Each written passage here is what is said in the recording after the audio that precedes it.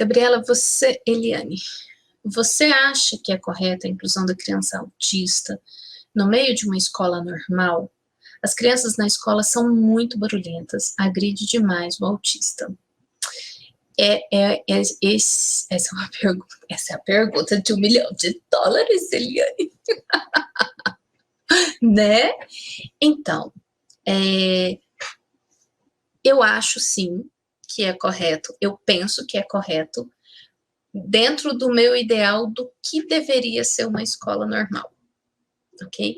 Uma escola normal onde as crianças típicas fossem ensinadas a conhecerem, a entenderem a neurodiversidade e incluir isso nas suas práticas. A questão é que gente, eu já vou falar aqui o tema da próxima live, tá bom? Habilidades sociais. Então, a gente fala muito de treinamento de habilidades sociais para as crianças autistas. Mas, pelo amor de Deus, que as crianças neurotípicas precisam de treinamento de habilidades sociais. Eu vou trazer para vocês uma informação de uma revista para pais de crianças autistas, apresentando, né, dando dicas de habilidades sociais. Eu fiquei chocada e eu pensando, gente, quem é que está ensinando isso para as crianças neurotípicas? Porque elas não sabem, elas não praticam isso com as crianças autistas ou neurodivergentes, porque não são só os autistas que carecem de inclusão, né?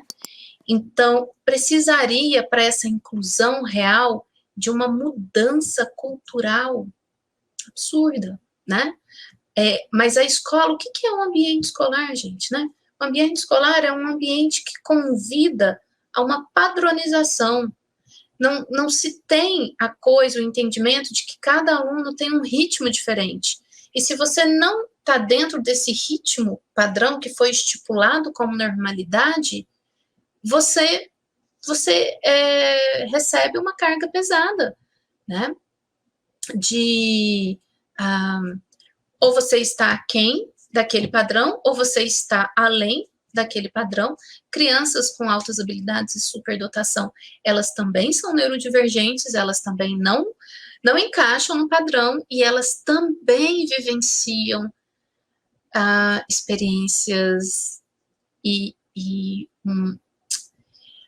como fala, uma introjeção de uma inadequação. Elas crescem com uma perspectiva de inadequação.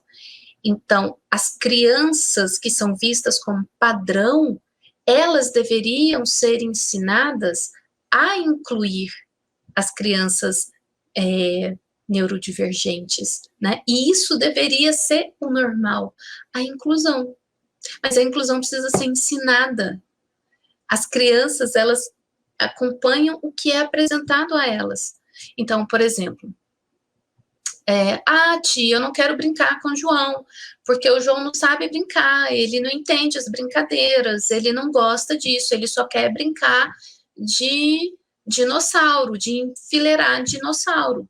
O que seria ensinar para essas crianças a inclusão?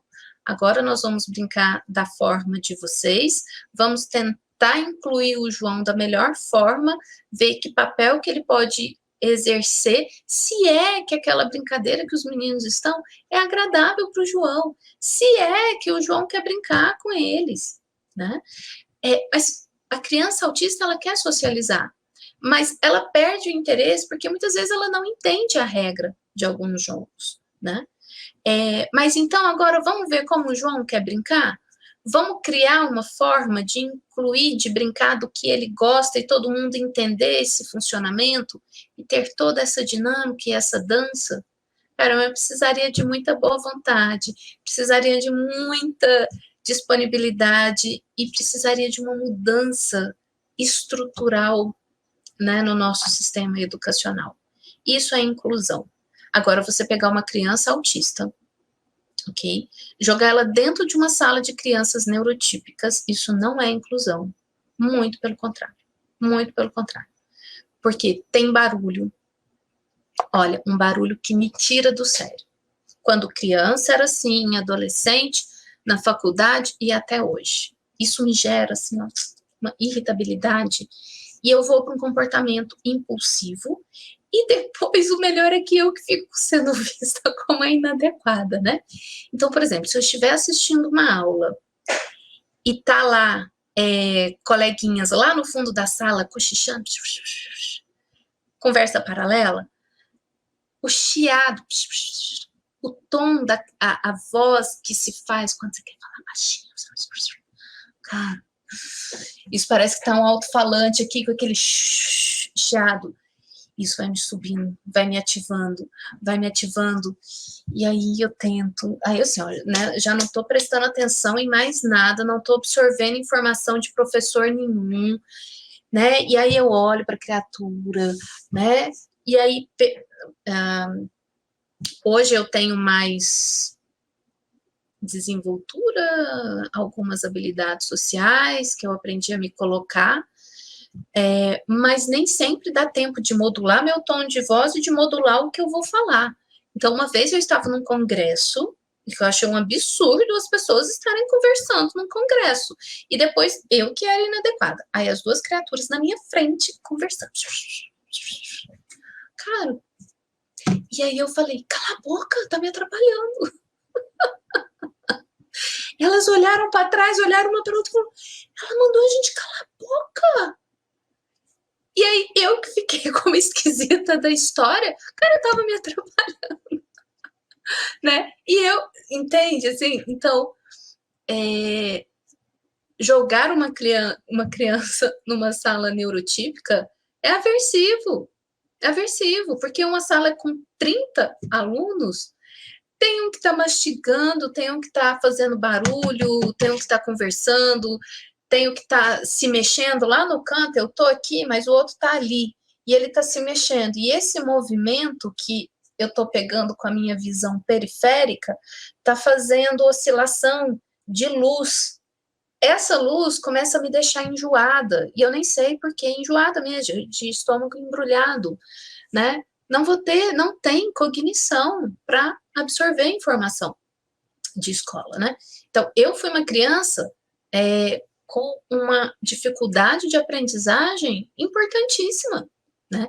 Nunca cheguei a reprovar, mas assim, todo final de ano tô lá de recuperação, todo final de ano. Aí a professora de matemática professora particular de matemática chama a minha mãe e fala, o problema da Gabriela não é matemática, o problema da Gabriela é português, ela não entende o que está sendo pedido nos probleminhas de matemática. Mas também o problema era a matemática. Eu não processo informação de números, né? Se eu tenho um número lá de 1000, a partir de 1000, aquilo já me confunde, aqueles numerozinhos, né? Então, hoje eu sei dessas questões neurodivergentes, de dislexia, dispraxia, descalculia, e lá vai todo um pacote, né, de déficit de atenção, né, mas assim, como é que você... Algumas crianças são diagnosticadas com déficit de atenção, mas que na verdade não é um déficit de atenção, a criança autista, né, vamos pensar que a sala está em silêncio, mas tem uma frestinha de luz entrando pela janela e o vento balança e mexe a cortina, ok? Então tem essa oscilação de luz. E aquilo está gerando uma sobrecarga para aquela criança. Ela pode começar a fazer uma estereotipia ou ela pode apagar.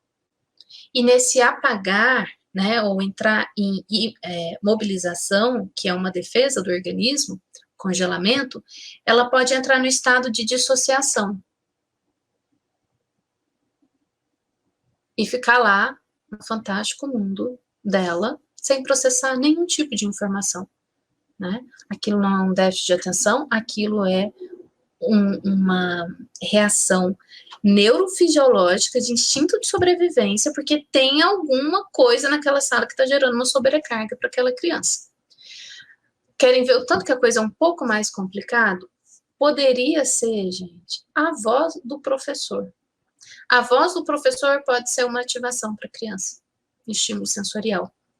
Já viu que tem algumas pessoas, quando fala chiado. Eu tenho um problema seríssimo com esse som, né? O chiado. Mas, ao mesmo tempo, alguns tons de voz são extremamente agradáveis para mim, outros são irritantes. Isso gera estimulação, né? Uma criança autista numa sala de aula, se ela tiver que fazer uma tarefa em grupo, cara, pode perguntar para a galera aí autista, ir lá nos perfis do Instagram, ver os relatos, né? Quando fala, vamos fazer um trabalho em grupo. O autista é aquele que sobra, primeiro porque ele não quer fazer com outros, né? Mas ele também fica envergonhado de sobrar, e aí a professora acaba encaixando ele em algum lugar, só que aquela tarefa em grupo para ele, ele tem que aprender a trabalhar em grupo. Não, ele não tem que aprender a trabalhar em grupo se aquilo for uma ativação para ele, né? Porque existem outras formas de se trabalhar muito eficientes que não necessariamente em grupo. Porque quando essa pessoa crescer, ela vai pedir adequação profissional, inclusive uma função em que ela não necessariamente tem que trabalhar em equipe. Então, é conhecer aquilo.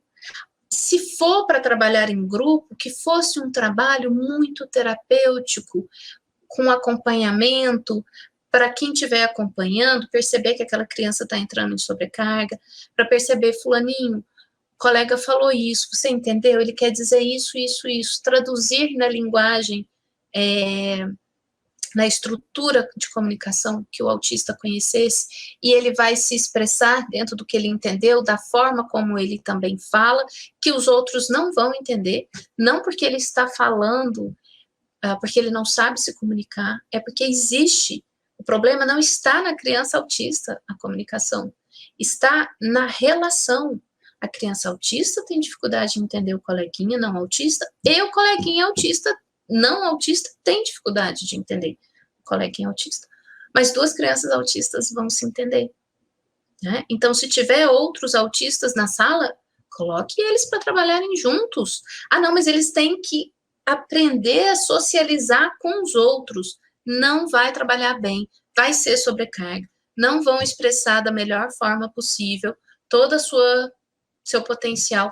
Põe criança autista trabalhando junto e veja o resultado disso. Vai ser o trabalho mais criativo, mas pode ser que precise de mais tempo, pode ser que seja... e aí isso é um tipo de adequação acadêmica que a gente pede, tenha mais tempo para realizar um trabalho, para realizar uma prova. Se isso hoje, uma pessoa pode fazer um concurso concorrendo vaga para PCD, né, pessoa com deficiência, que é o caso do autista, ele pede adequação para a prova entre tempo estendido para fazer a prova, uma pessoa para ler a prova para ela e uma pessoa para marcar se precisar. Então, tem pessoas lá disponíveis para que o autista possa concorrer a um concurso, expressar todo o seu potencial, sem que ele seja prejudicado, né? Então, tem autistas que têm uma dificuldade na coordenação motora fina, tem a questão da propriocepção e que o próprio movimento de escrever vai gerar sobrecarga, vai gerar ansiedade. Se isso é possível, esse tipo de adequação no meio adulto, quanto mais se pensar para as crianças, né? Mas a gente precisa primeiro entender o funcionamento autista, além da perspectiva de transtorno, de déficit, mas sim como um funcionamento cognitivo.